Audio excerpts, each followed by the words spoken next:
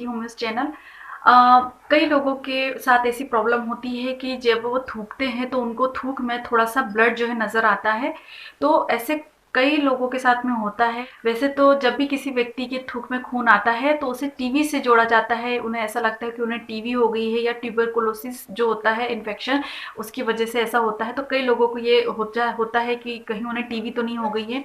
और देखा जाए तो ये उनका सोचना भी स्वाभाविक होता है, क्योंकि टीबी का मुख्य लक्षण ही ये होता है कि उनके थूक में या उनके जो वो बलगम निकालते हैं तो उन्हें उसमें ब्लड जो है नज़र आता है, तो खून नज़र आता है। लेकिन कभी-कभी ऐसा होता है कि कुछ अन्य साधारण समस्याएँ भी हो सकती हैं जिसकी वजह से आपके थूक में खून आ सकता है। जैसे कि आपकी साँस लेने की नली में या फिर नाक की नली में कभी आपको किसी तरीके की सूजन हो जाती है या इन्फेक्शन हो जाता है, जुकाम यदि हो जाता है, उसे सही समय पर उसकी ठीक तरीके से अगर ट्रीटमेंट नहीं होता है और वो जुकाम यदि बिगड़ जाता है, तब भी थूक में से आपको खून नज़र आ सकता है या थूक में से खून जो है निकल जाता है।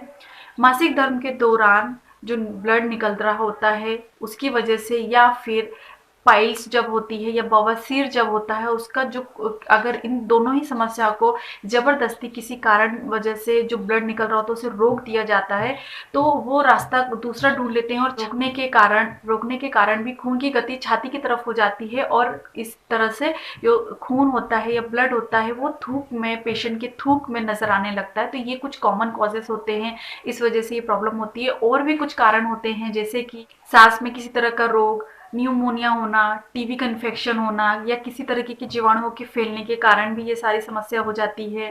लंग्स में यदि किसी तरह के फोड़े हो गए हों, खून का कैंसर या ब्लड कैंसर हो या दिल में किसी तरीके की हार्ट की कोई प्रॉब्लम हो या आपको खांसी हो, गले में या फिर आवाज़ की जो नली होती है जहाँ से आप बोलते हैं, अगर उसमें कहीं से आपको खून आ जाता है, तो इसी कारण से मरीज जो होता है उसके थूक में खून कभी-कभी आ जाता है। तो ये कुछ कॉमन कॉजेज़ होते हैं जिसकी वजह से ब्लड जो है उन्हें नज़र आ सकता है।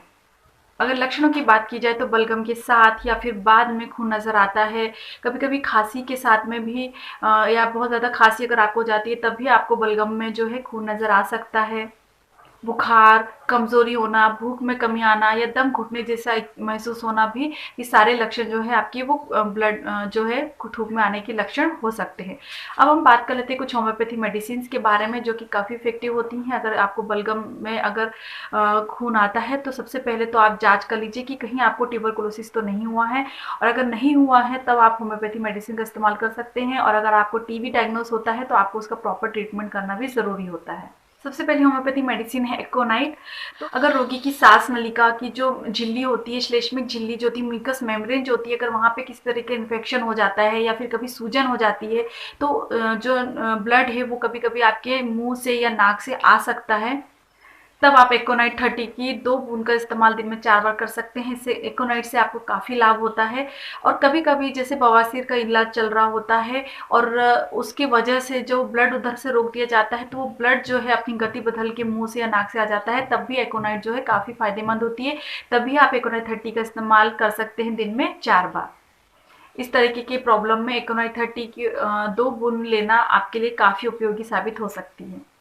इसके अलावा नक्स वोमिका की 30 पोटेंसी भी काफ़ी उपयोगी होती है। जब अभी कभी आपका बवासीर का इलाज चल रहा होता है और आपको पता है कि आपको बवासीर का इलाज चल रहा है और उसकी वजह से वहाँ पे ब्लड रोक देने की वजह से यदि आपका जो ब्लड है वो खून जो है आपके मुंह से या नाक से निकलने लगता है, तब आप नक्स वोमिका का 30 पोटेंसी की 2 बूंद का इस्तेमाल कर सकते हैं दिन में 4 बार। और इस तरह के लक्षण नज़र आने पर आप सल्फर का भी इस्तेमाल कर सकते हैं 30 पोटेंसी में। जब आप बवासीर का इलाज कर रहे हैं और फिर ब्लड आ रहा है तब सल्फ़र भी काफ़ी उपयोगी होती है। लेकिन उसमें और भी सिम्पटम्स होते हैं, जैसे रोगी जो होता है बहुत ज़्यादा डर्टी होता है और उसे बिल्कुल नहाने की इच्छा नहीं होती है। तो अगर इस तरीके का लक्षण होते हैं तो सल्फ़र भी काफ़ी उपयोगी होती है। तो इसकी 30 पोटेंसी की 2 बूंद का इस्तेमाल दिन में 4 करना काफ़ी लाभदायक होता है और इससे आपकी जो ब्लड आ रहा है उसे भी आप रोक सकते हैं। इसको लगातार आपको लेना होता है कुछ दिनों तक, जब तक कि आपके जो ब्लड की समस्या है आने वाली वो पूरी तरह से ठीक नहीं हो जाती है।